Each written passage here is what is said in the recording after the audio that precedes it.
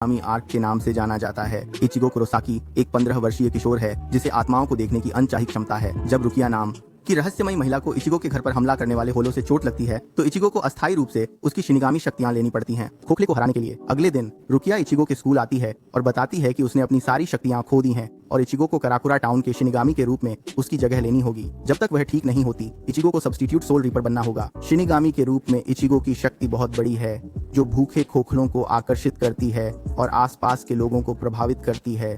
उसकी शक्तियां एक अन्य दुश्मन उर्यू इशिदा को भी आकर्षित करती हैं जो कुछ बचे हुए क्विंसी में से एक है। यह एक जाति है जो आध्यात्मिक रूप से सशक्त मनुष्यों की है जिन्हें शिनिगामी ने पहले मार डाला था। इस दौरान चार्ड और ओरिहिमे इचिगो के दोस्त खोखलों के हमले पर अपनी आध्यात्मिक क्षमताओं को जागृत करते हैं। आखिरकार उर्यू और इचिगो मिलकर खोखलों को भगाते हैं। इस बीच रुकिया के वरिष्ठ सोल सोसाइटी में 2 शिनिगामी रेंजी और उसके भाई ब्याकुया को उसे पकड़ने भेजा जाता है। इचिगो गिरफ्तारी रोकने की कोशिश करता है लेकिन ब्याकुया उसकी शिनिगामी शक्तियां छीन लेता है। फिर रुकिया को सोल सोसाइटी ले जाया जाता है जहां उसे मौत की सजा मिलती है। इचिगो एक रहस्यमय दुकानदार उराहारा से मिलता है जो उसे अपनी शक्तियां वापस पाने और रुकिया को बचाने का तरीका बताता है। इचिगो को मरना होगा और अपनी आत्मा में छिपी शिनिगामी शक्तियां खोजनी होंगी इससे पहले कि वह होलो बने। इचिगो इस प्रयास में सफल होता है और पहले से अधिक मजबूत बनकर उभरता है।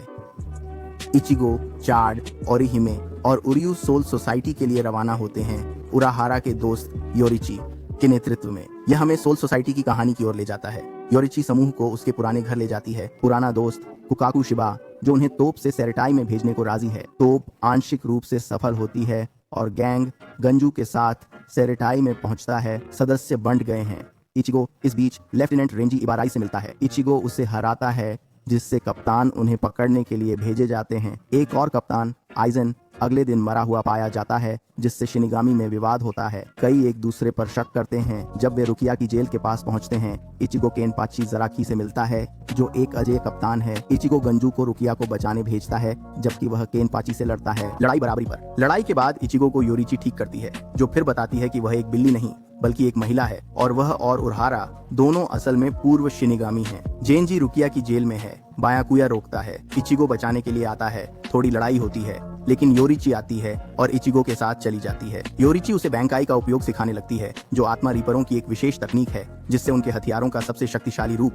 जान पकुटो अनलॉक होता है। फिर रेंजी प्रशिक्षण में शामिल होता है और कहता है कि रुकिया की फांसी की तारीख बदल गई है। इस बीच शिनिगामी साराटे में लड़ाई कर रहे हैं। शिनिगामी कप्तान तोशिरो हिट्सुगाया साथी कप्तान गिन इचिमारू का सामना करता है जिसे उसने आइजन का हत्यारा माना है और उससे लड़ाई करता है। कहीं और रेंजी रुकिया को बचाने की कोशिश करता है पर ब्याकुया उसे रोकता है। नई बांकाई के बावजूद रेंजी ब्याकुया से हार जाता है। आखिरकार रुकिया की फांसी शुरू होती है लेकिन उसे इचिगो द्वारा बचाया जाता है। हालांकि वे भाग नहीं पाते तभी ब्याकुया सामने आता है। इचिगो युद्ध में मरने वाला था तभी एक रहस्यमय मास्क आता है और उसे नियंत्रित कर लेता है। फिर ब्याकुया पर हमला करता है। इचिगो फिर युद्ध में खुद पर नियंत्रण पाने में सफल होता है। अपनी बांकाई का उपयोग करते हुए इचिगो ब्याकुया से बराबरी से लड़ता है और उसे मुश्किल से हराता है। इस बीच यह पता चलता है कि कप्तान आइजन अभी भी जीवित है और वह आत्मा समाज में हो रही सभी अराजकता का मास्टरमाइंड है। आत्मा समाज को धोखा देकर होग्योकू नामक एक विशेष गोला प्राप्त करने के लिए जो शिनिगामी और हॉलोज को शक्तियों को मिलाने की अनुमति देता है जो रुकिया में छिपा है। इस बार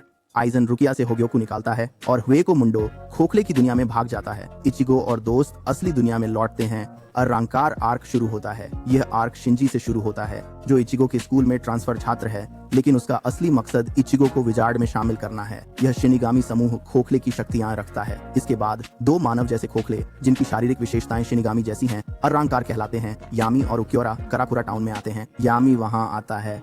यामी सभी आत्माओं को सोखने लगता है। इचिगो समय पर आता है लेकिन उसका आंतरिक खोखला चाहता है कि वह स्विच करे यह कहते हुए कि वह उन्हें आसानी से खत्म कर देगा। इचिगो अनुरोध को ठुकराता है और खोखला हस्तक्षेप करता है। उसका आंतरिक खोखल उसे लड़ने से रोकता है और इचिगो को उरहारा और योरिची के बचाने तक बुरी तरह से पीटा जाता है। बाद में आत्मा समाज के कई शिनिगामी कराकुरा टाउन में भेजे जाते हैं और एक अन्य रंकार ग्रिमजो से मिलते हैं। इचिगो ग्रिमजो से लड़ता है लेकिन एजेन के एक सहयोगी कर्नामे तोजन द्वारा लड़ाई अचानक खत्म कर दी जाती है जो ग्रिमजो को हुएको मुंडो लौटने का आदेश देता है।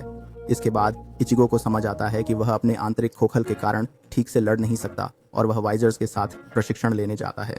यह पता चलता है कि एजेन का असली इरादा कराकुरा टाउन के समृद्ध आत्मा क्षेत्र में सभी को मारकर ओकेन बनाना है। ताकि वह सत्ता हासिल कर सके। आत्मा राजा को समूह हुएको मुंडो जाने की तैयारी करता है, लेकिन रंगकार उन्हें घेर लिया गया, जिससे इचिगो को अपनी नई होलो मास्क का उपयोग करना पड़ा। इस बीच उल्कियोरा ने ओरिहिमे का अपहरण कर लिया। हुएको मुंडो में प्रवेश करते ही इचिगो, चार्ड और उरुयु एक जालों से भरी भूमिगत भूल भुलैया में फंस जाते हैं। वे अपनी नई शक्तियों का उपयोग करते हुए आगे बढ़ते हैं। वे लास नॉचेस की ओर बढ़ते हैं, जो हुएको मुंडो की राजधानी है और आइजन का किला है। समूह बंट जाता है और इचिगो उल्कियोरा से मिलता है। इचिगो अपने हमलों से उल्कियोरा को नहीं हरा पाता, लेकिन इचिगो हार नहीं मानता। उसे लगता है कि उल्कियोरा सबसे मजबूत है, लेकिन उल्कियोरा कहता है कि वह चौथा सबसे मजबूत है और इचिगो को चाकू मारता है। फिर ग्रिम चाइल्ड ओरिहिमे को इचिगो के पास लाता है। वह ठीक हो गया ताकि लड़ सके, लेकिन वह काम खत्म नहीं कर पाती। उल्कियोरा आ जाता है। ग्राम जो उल्कियोरा को एक अलग आयाम में फंसा देता है, जिससे उसे भागने में कई घंटे लगेंगे।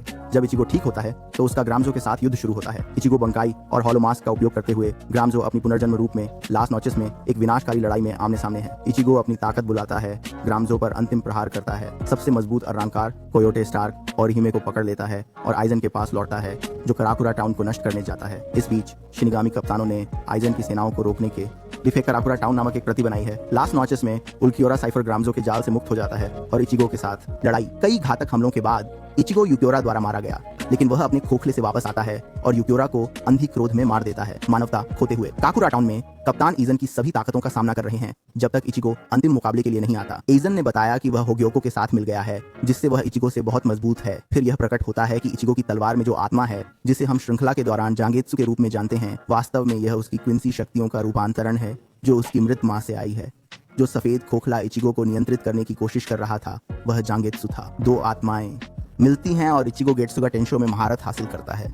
शहर में गिन आइजन पर हमला करता है और इचिगो अपनी शक्ति के साथ आता है। इचिगो अंतिम गेट्सुगा टेंशो का उपयोग कर अपनी शक्तियों का बलिदान देता है ताकि आइजन को कमजोर किया जा सके। उरहारा एक तकनीक से अंतिम प्रहार करता है, जो आइजन को एक अजेय जेल में बंद कर देती है। यह हमें खोए हुए शिनिगामी आर्क, जिसे फुलब्रिंग आर्क कहते हैं, तक ले जाता है। एक साल बाद इचिगो बेकार रहता है जब वह हाई स्कूल के तीसरे वर्ष में प्रवेश करता है और अंततः कुजो गिंजो से मिलता है। गिंजो इचिगो को शक्तियां वापस पाने का तरीका देता है। इचिगो फुलब्रिंग नामक एक नई क्षमता प्राप्त करता है, जिसका उपयोग वह शिनिगामी की क्षमताओं की नकल करने के लिए करता है। इचिगो अपनी शक्ति को नियंत्रित करना सीखते हुए गिंजो के समूह के एक पूर्व सदस्य निष्पादन से मिलता है। कुजो और उनके समूह की योजनाएं बहुत ही अंधेरी हैं।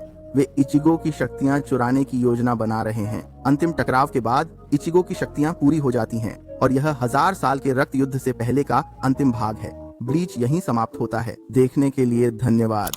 लाइक और सब्सक्राइब करें, बेल आइकन दबाएं। अगली बार तक शांति।